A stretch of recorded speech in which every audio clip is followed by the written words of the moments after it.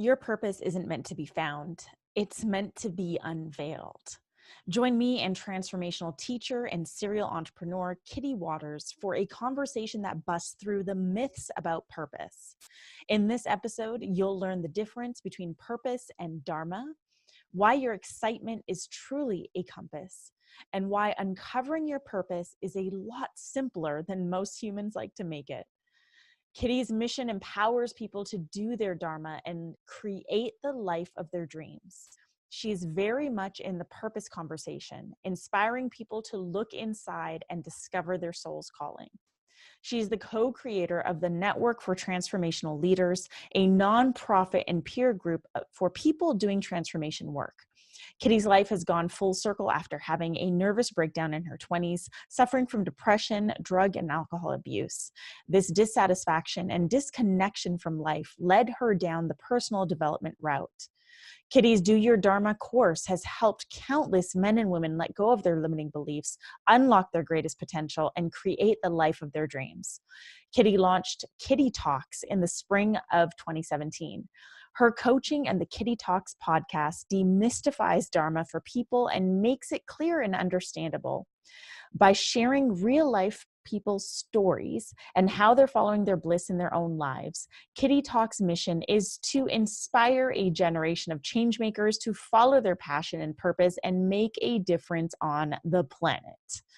Today's episode is sponsored by How to Conquer Your Bullshit with CPR, my free training that will help you bring your message to the masses. Sign up for the free training at rubyfremon.com. Now, it's time to uncover purpose and Dharma with Kitty Waters. Welcome to today's Thought Leader, where I'm challenging you to rise up, speak up, and create a movement. I'm your host, Ruby Fremon, and I'm here as a catalyst for you, the new generation of thought leaders. Join me every week as I dive into raw and real conversations that will help you amplify your presence, influence, and impact. Hey, thought leaders, I am back with another special guest. And this guest and I actually first connected on her podcast about a year and a half ago, did we say? Yeah, absolutely. And she is from the UK, so I totally dig it when I have people with a British accent on the show because it just makes everything sound so much sexier. Oh, I'm glad you like it. Well, welcome to the show, Kitty. I'm so excited to have you here. Oh, and thank you so much for having me. I'm excited about the deep conversation we are about to have. Ooh, I love that you preface it with deep. Yes, we're going to go there. We're going to go there and we're going to go deep and we're going to talk about purpose, or as Kitty really likes to position it, as Dharma. So why don't we just start off just so our listeners understand, like, is there a difference between purpose and Dharma? I would say that your Dharma is your path, whereas your purpose is a moving target, actually. The way the Vedic texts describe Dharma is the path of right action. And actually, when you're on that path, that's when you get synchronicities. That's when you're in alignment with universal energy force. Everything flows and magic and miracles abound. Ooh, now that sounds interesting. Why aren't more people talking about Dharma? Well, it's quite new, actually. It's a term that's used in the Vedic text, and it's used in about 18 different Indian languages. Yeah. But actually, when I talk about it, I talk about the Vedas, which is like the Indian equivalent of the Bible. And the term Dharma literally means the path of right action. And so when you do your Dharma, you're happier, you're healthier, you live longer. And you have this deep sense of fulfillment that money just can't buy. So my purpose is to wake as many people up to Dharma and get them on the correct path. And of course, the beautiful bit about this, Ruby, which is the secret bit that nobody really knows, is at the moment, we've only got 13% of the planet at the moment in alignment with their Dharma, who are aligned or engaged in what they're doing on a daily basis. So if you imagine a machine with only 13% of the parts working, it just wouldn't work very well. And of course, that's what's happening on our planet. So, by doing your Dharma, you're in alignment with universal energy force. And of course, what can happen is the solutions to the problems we've got on the planet will become visible. Yourself on the path that you're on now. I've watched you doing some amazing things, how it's just unfolded and how these things pop up and you go, oh my God, where did that come from? Well, that's because you're doing your Dharma. Right. It's so interesting because I feel like now more than ever, our society is waking up. You know, more and more people are into personal development, and more people are becoming what I call like purpose seekers, like really just desperate to find their purpose, to give their life meaning, to elevate their joy and their fulfillment. But the way that you describe purpose versus dharma, does it then make more sense to find your dharma, to find your path, and then your purpose becomes uncovered? Or why don't you share this with Fantastic. us? Fantastic question, because I think there's a real misnomer out there about, Yeah. I need to find my purpose, I need to find my purpose, Right. but it doesn't work like that. You know, Yeah. your purpose is unveiled to you Mm-hmm. when you take the necessary action towards the things that excite you. So Mm-hmm. you could be so off your dharmic path, but as long as you're doing the next thing that really holds excitement to you, you're kind of edging towards the correct path in life. So Mm-hmm. the way I like to describe it is, do you remember that game when you were a kid and they'd say hot, hot, cold, cold, Yes, hot, hot? yes. Right. Okay. So that's kind of what you're doing, but you're using your inner sat nav towards the things that excite you. Your highest excitement is Mhm. getting you and leading you to that correct path in life. And of Mm. course, when we do that, the next piece of the puzzle unveils itself. So most people, and I'm sure you see this in your coaching, Ruby, is most people say, okay, there's my vision, and I Mhm. want to know how it's going to unfold. And it just doesn't work like that. You know, you Mhm. imagine it like the crystal maze, right? You've got to complete one task. It's a Right. British program, so it might not make sense, but it's like an adventure game. And Okay. how it used to work is you'd be in the adventure game and you'd have to do and complete a task. And when you completed the task, this door would open and you'd be through into the next stage. And that's how your purpose will work, right? Right. You have to unveil, it Mhm. unveils itself to you by going towards the things that excite you. So the Mhm. clarity comes through the engagement. So Mm. you have to start. You can't just expect it to suddenly land in your lap. What's going to happen is it's going to be shown to you as you take the action towards the things that are truly exciting for you. Right. And so is that piece, the actionable piece, like I'm going to take action on things that are exciting me, is that walking in my dharma? That will lead you. Yeah, that will Okay. totally is a simple way to describe how to get you on that correct path. And your passions and your unique gifts are almost the breadcrumb trail to that.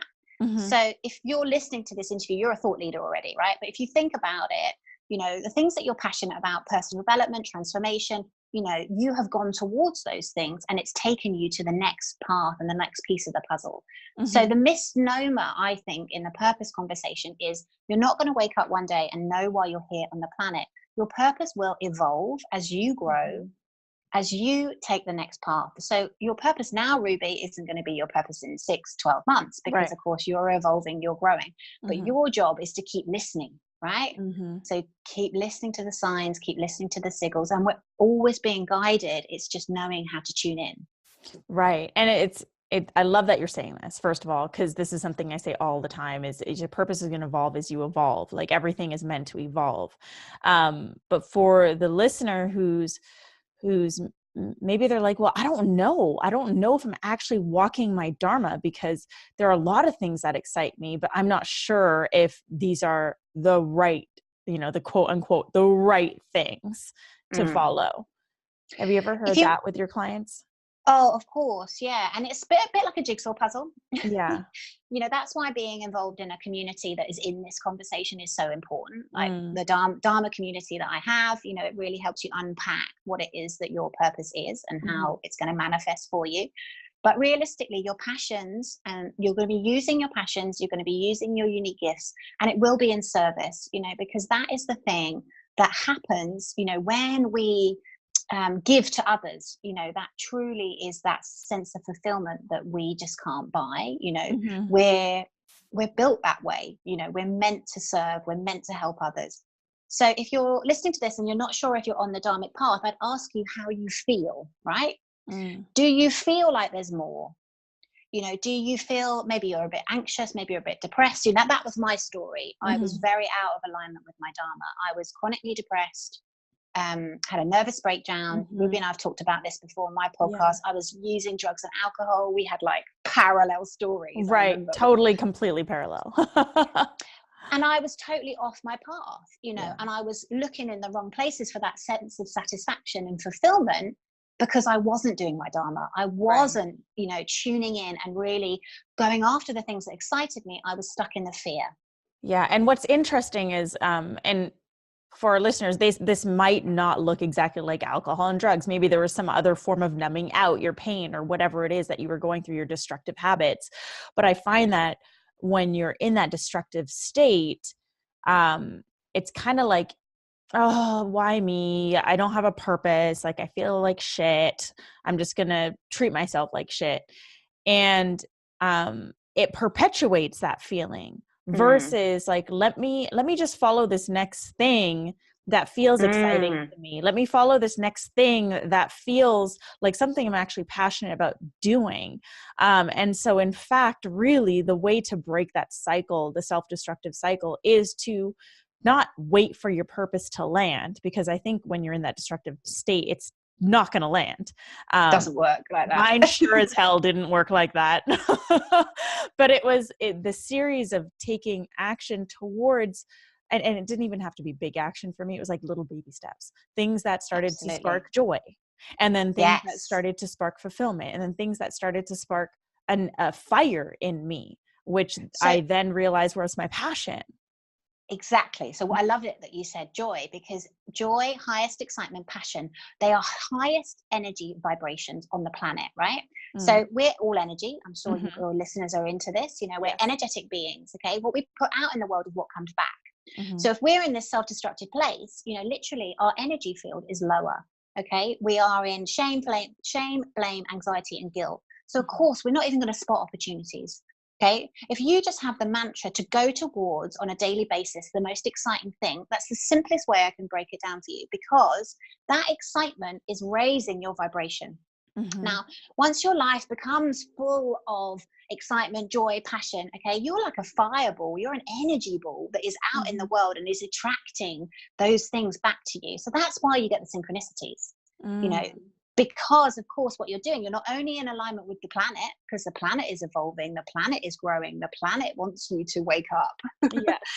But you're doing what you were built to do, because your unique gifts are unique to you. Your passions, Ruby, and your skills are different to mine, right? So our job in this lifetime is to uncover actually ourselves, uncover and discover what it is that lights us up, because that puts us in the superconductive place that will get us onto our dharmic path. And then the trick is to let your mind just go, okay, I'm here, let's enjoy it, you know, and let's see what unveils itself. Let's see where what piece of clarity comes next. Yeah, because people are in such a rush. Like people are in such a rush to, I need to find my purpose now. And you're right. Like I find that a lot of people have difficulty just focusing on, let me be happy now. Let me find that excitement now. Let me find that joy now. Let me create this life that feels joyful, that feels happy, that brings me fulfillment. And with that happening, understand that my purpose will begin to unveil itself. Like our purpose doesn't unveil itself when we're in the pits of misery. It just doesn't. And I know that this happened with you, and it happened with me. We went through our pain stories, but the purpose didn't become clear. We didn't have an epiphany one day in the depths of rock bottom that said, here's your purpose. Like that's not what happened. It was just like a series of taking action towards things that make us feel better, and then things that uplift us, and things that then slowly begin to excite us and bring us joy. And I think that's where a lot of people get stuck, is it's almost like there's an unlearning process that has to happen before the purpose can even start to come into our periphery, because we have to unlearn like all these different beliefs and stuff that we've picked up along the way that are keeping us from creating a life that actually feels happy. And I feel like a lot of people get stuck there because they're in a fucking rush to get to, but I want to know what my purpose is, and then I'll be happy. And it sounds like the way that you're sharing this process is It's a natural evolution. Be happy now. The purpose will Yes. unveil itself. Totally. And I think, you totally hit the nail on the head, because it takes the pressure off as well, Yeah.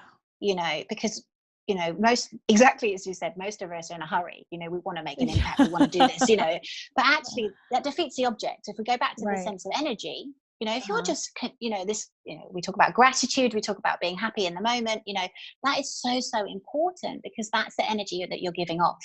Mm-hmm. Okay. And then if you just tune in and literally on a daily basis, where am I called? What's the next, like personally for me, I have a vision of a 3-year vision. Mm-hmm. I know where I'm going, but I don't attach to it, because the other thing that you really find within Dharma is that, yes, you can have a vision, and yes, it's a really good way to create your future and have an idea of what direction you're headed in. But then what you'll find is the universe can deliver so many more amazing things than you ever anticipated. Mm-hmm. And that's by really being in the moment and tuning in and basically saying, okay, what is it today that I feel called to do? And doing those things to the best of your ability with no expectation on the outcome, and seeing where it leads you. Because I bet your bottom dollar, Ruby, if you think about your business, Mm-hmm. I bet it hasn't quite unfolded as you'd thought, and like suddenly things pop in or opportunities pop in. Wow, I didn't see that coming. Right. Totally. Yeah. Unexpected. So, yeah, Bali trips, like, right. Oh my God, amazing, but take the pressure off, right? If you're listening to this podcast, your job is just to really, on a day-to-day basis, follow what it is that excites you. It's so simple, but it will unfold as long as you're taking the action. Like, we're not idle people. Right. But yeah. Yeah, that's the other piece, right? Like, a lot of people think that, oh, I'm just going to manifest this. Like, I'm just going to tell the universe to give me this, and it's going to happen. It's going to drop in, and they miss the action piece. And this is the thing that, in the words of Peter Griffin from Family Guy, really grinds my gears. Like, when people are bypassing their divine duty of actually taking action, it's like, well, I'm going to wait here, and I'm just going to be patient while the purpose finds me. And then I'll do all the things and be all the things, versus let me be happy now. Let me take action towards the things that excite me now. Let me take action, make choices, make decisions that bring me closer to elevating my happiness and elevating my excitement. Because then the purpose will unveil itself. I think people just get, I don't know what it is, like a laziness, bypassing the responsibility. I've seen it so many times. I think that there's a lot of spiritual teachers out there that also teach a version of this, whereas it really is like up to us to take that action. Absolutely. The way I like to describe it is intention. Yeah. So you set the intention of where you want to go and what you want to manifest. Attention, which effectively is the aligned action. And notice I say aligned, because it has to be aligned with you and your unique gifts and your passions. And then no tension. So you let it go, you relax, you let it go, you get on with doing whatever it is you're called to do next. But your signal that you're putting out into the universe is powerful. But aligned action is very important. Yeah. So let's talk about aligned action, because we hear the word alignment thrown around a lot lately. And I'd love for you to describe to our listeners how you would describe, like, how would you describe aligned action? What does that actually look like or feel like? Well, for me personally, I've done a lot of work on discovering and uncovering me and who I am. So what I mean by that is there's so many different ways you can do that now. Like, there's energy typing. One of my great friends did the vitality test. Me personally, I'm all fire. Like, I'm a lot of fire. And I don't have a huge amount of metal. So I know for me to get things done, I have to work with a team that are very good at completing finishing. So I've really designed how I want my businesses to work. So I know I love doing this. I love to communicate. I love to do my podcast. I love to network. I love to coach. So I've got really clear on the things that bring me joy, the things that really light me up. And then I've kind of outsourced or built a team of people that do those other things. So consequently, I'm staying in my energetic alignment, in my flow. And of course, that makes me want to do it more. I'm not getting bogged down in all the stuff I don't necessarily like. Right. And then you can kind of layer it up. You've got the human design. So, it's just one example that popped in my head. What human design type are you? I'm a projector. So Me I know too. teachers. Yeah, I think it's interesting when people talk about alignment and aligned action, it really has everything to do with how well you know yourself. Like Yes, in exactly.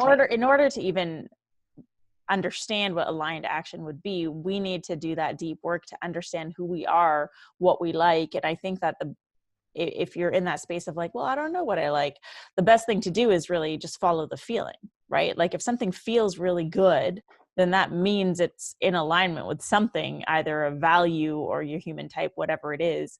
And if something does not feel good, then there's probably a reason it doesn't feel good. Yeah, and do you know what? It's so simple, but people don't get it.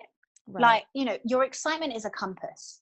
If if Mm-hmm. we if we taught kids that actually your job in this lifetime, right, Mm-hmm. is to uncover what it is that you truly love, and actually when you feel resistance in your body, that's your break.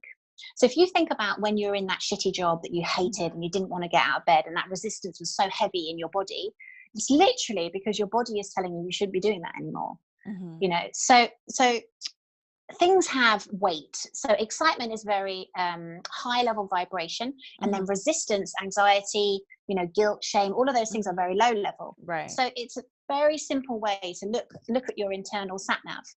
Yeah. And if you consistently choose in favor of the passions and choose in favor of the excitement, then yeah, that's it's tweaking you onto the correct path. So you can't go wrong if you're constantly following your excitement and your passion. Yeah, absolutely. Follow your highest excitement to the best of your ability. And so what if because I have seen people become resistant due to reasons of it just scares them versus like I feel like there's like two types of resistance. There's the resistance that we encounter that is like really our system, our internal system way of saying, hey, this isn't right, warning, back away. And then there's this other type of resistance that really comes from our mind and our programming, where maybe we're carrying this belief system that's like, oh, this feels really edgy, this feels uncomfortable, this is outside my comfort zone, but it's actually really meant to be the thing that you're supposed to go after. Because I know for me, I've encountered a lot of that type of resistance where I actually have to like sit down and think like, does this actually feel like it's not right for me, or is there something that I'm meant to overcome here? I think you're so right. And I think if you put it in the context of, we came here to learn and grow. Mm.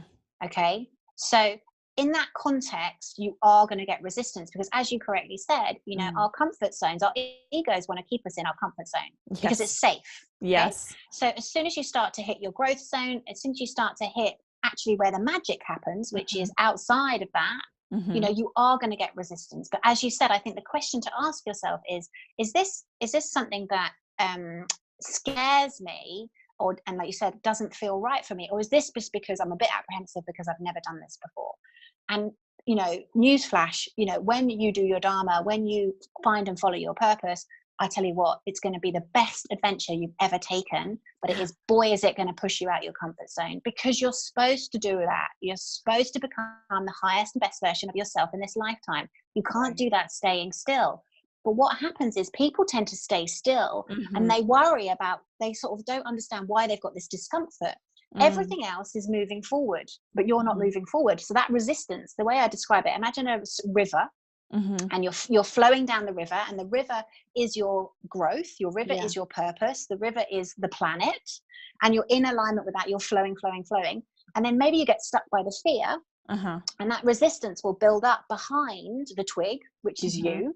And suddenly you're just going to burst through it. And this is where you hear people who made redundant, or something massive happens to them because the universe is trying to correct them and put them back onto the correct path, which is learning, growing, evolving.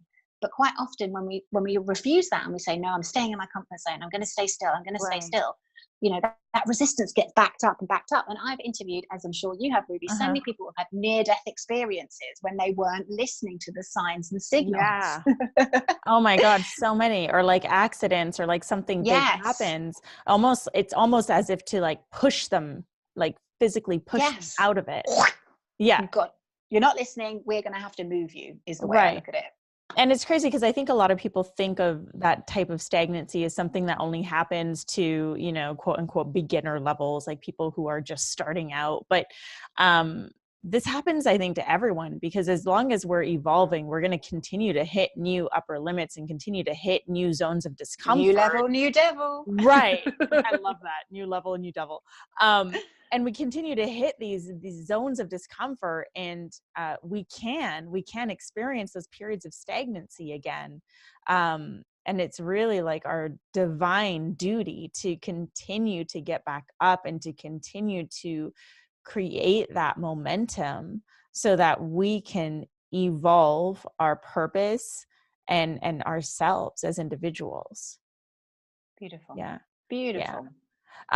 It's really cool that we both agree that purpose is meant to evolve. I think that this is one of the most common misconceptions Yeah, about purpose is like you find this one thing and that is your thing for life. And I don't think there's anything in our planet that just stays one thing forever. Like everything is always evolving. And so, you know, whatever purpose that we have today, my purpose today is not going to be my purpose, you know, in a year from now. Like it's evolved already so much in the 5 years that I've been doing this. And I know that yours has evolved too. Yeah. And the way I look at it is like a magical mystery tour. Like when I first started my podcast, I don't know about you, but I just got the call. I knew I came out of a messy business partnership split. I was ignoring my intuition. And when I came out, I thought, right, do you know what? I'm going to do what I want to do for once. And I'm going to really listen to my intuition. And I'm not going to do what makes other people happy, right? Yeah. I got the call, let's start the podcast. So that's what I did. I had no idea. I'd never started a podcast. I'm sure the same for you. I didn't know what I was doing. But what became apparent within 3 months was I'd interviewed all these thought leaders. And of course, the next step was obvious. It was like, right, you need to write a find and follow your purpose course. And then all your shit kicks in and you go, like, who am I to do this? And once you kind of get out of the way of that, you know, I started to just let it flow through me. And then I had the opportunity to come up to study Dharma with one of the leading experts on the planet with Dharma. And it was like, oh my God, this is perfect for what I'm doing. And it was like, once I started to get into the slipstream and start to listen, all the right people turned up. You know, it just unfolded and unveiled itself. And now obviously I have my Dharma community, you know, and we've got people all over the world doing their Dharma, and they go through the course, they get to learn the skills, and then they create the vision for their life. And our community obviously helps that unfold. But if you'd have asked me that 3 years ago, I'd have been like, I haven't got a clue where I'm going or what I'm doing. Yeah. Yeah. Isn't that so interesting? Like today, looking back, oh, everything makes so much sense. But going back to where we were, no, nothing makes any sense. and that's like, I think that's a really perfect representation of this work of finding our Dharma and purpose, is that we're not supposed to really fixate on the how or having like the right way of doing it. It's more so following the feeling and following what lights us up, and the more that we begin to do that, which in itself can be tough, right? Because we're not taught, we're not brought up or raised to do that. We're not raised to say, oh yeah, follow your fire. No, we're taught to like follow a system, go to school, get a degree, do the things, get married, buy a car, buy a house, all those things. And this goes against like, it almost shatters that system, that programming that we have to follow our Dharma in this way, to find our purpose in this way, or uncover our purpose in this way. But this really is how I believe, and I know you believe this, that we're all meant to live and to thrive as individuals and as a collective, is by following the things that light us up and following the things that excite us. Your job is to know what, not how. That's always such an important reminder to drive home. And, you know, I always believe that dreams are given to us for a reason. I don't believe that we're given a dream that we can't achieve. You know, so whatever it is, you're listening, what's your dream? You know, because that's been given to you for a reason, for a purpose, you know. So your job is to know what, not how, and then just on a consistent daily basis take that aligned action to what it is that you love and what it is that excites you. But as you said, Ruby, we don't get taught this. Like, No. I like to try and simplify this as much as possible. Right. So it may sound like uber simple, but we just don't come from that way of thinking. We don't understand how our purpose evolves, so it is kind of new, really. And I like to sort of break it down into the simplest steps, and literally you can write a to-do list on a daily basis and look at your to-do list. And rather than all that conditioning that says you must do the hardest thing first, or you should get all the stuff out of the way that you don't like, actually just look and see what calls you on a day-to-day basis on your list, and do that. That's the highest excitement. It's a very simple way just to break it down. Right. Yeah. Follow your highest excitement. I love that. Yeah, it's so simple. It sounds so simple. And the reason why I think a lot of people, when they hear that, are like, oh, that's just a load of shit, or oh, that's just fluffy, is because of the programming. Like it's almost like we're not taught that things can be this simple. We're taught if you that put it, things are complicated. Absolutely. But Yeah. I wanted to put it in like quantum physics terms. Right. If you put it in, as we talked about energy, Yeah. if that excitement is a high level emotional vibration. Mm-hmm. So when you're consistently doing that, of course, you're going to start to attract better circumstances, better people, better situations and synchronicities into your life, because it's high vibe, that's how it works. Yeah. I love that. I love that because again, for so long in my life, I know that I was overcomplicating everything. But again, it was just something that was taught. And when I started realizing that things could be more simple, that's when I really started finding that the puzzle pieces started to piece together. The Beautiful. dots started to connect. And now I even have like a sticky note on my desk that says, how can I make this more simple? Because, our reptilian mind, our ego, wants to always overcomplicate things. And it's so comforting to go back to what actually feels more ease filled or simple, because that can often bring us back to the things that actually do bring us joy. Like, what if we were to get up every morning and as an entrepreneur and just ask, like, what would bring me the highest joy today? Instead of, let me just pull out my long list of 1,000 to-dos and things that I should be doing because other people are doing it. And I think you're so right, because like, it's got such a bad rap, hasn't it? Follow your bliss. It sounds cheesy. It sounds nah. But actually, in its simplest form, it is true. Because the way I look at it is we're all parts of consciousness. We're all effectively parts of consciousness, and our job as consciousness is to know ourselves. So, as we talked about, uncovering and discovering yourself and what brings you that highest joy is what you're here to do, in the simplest way of putting it. Yes. I love that. Because I know that our listeners are probably like, wait, what the fuck? I'm overcomplicating everything. This is amazing. You're a human being. Yeah. It's okay. We all do this. This. So we're nearing the end of this episode. I'd love for you to share maybe a final thought with our listeners, something that you feel called to share that you think that they need to hear. Well, I think I want to reiterate my point about dreams.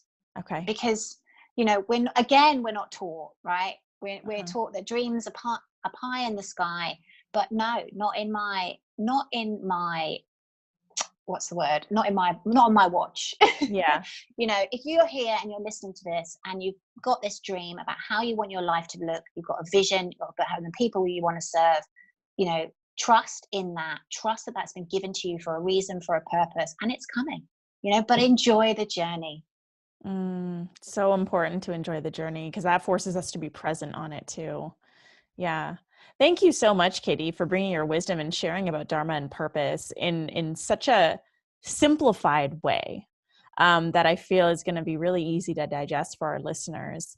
Why don't you tell our listeners how they can stalk you online? Yeah, please come stalk me. Kitty_talks on Instagram. I have a podcast where I interview thought leaders as well. And I also do solo casts. And I have kittytalks.com, which is my website, which you can sign up. And we have a free Facebook group as well on Facebook. Amazing. So I'm going to have all those links in the show notes. So be sure to follow Kitty, listen to her podcast. It's amazing. Kitty, thank you so much for coming here, sharing your wisdom with us today. I appreciate you. Thank you so much for having me. And to our listeners, thank you so much for joining us on this episode of Today's Thought Leader, where I'm challenging you to rise up, speak up, and create a movement. If you love this episode with me and Kitty, please reach out and let us know on social media. Hit us up and drop a rating and review and share this episode with a friend. If you have any questions about this episode, feel free to reach out to us as well. And I will see you back here on Thursday for a brand new episode of Today's Thought Leader.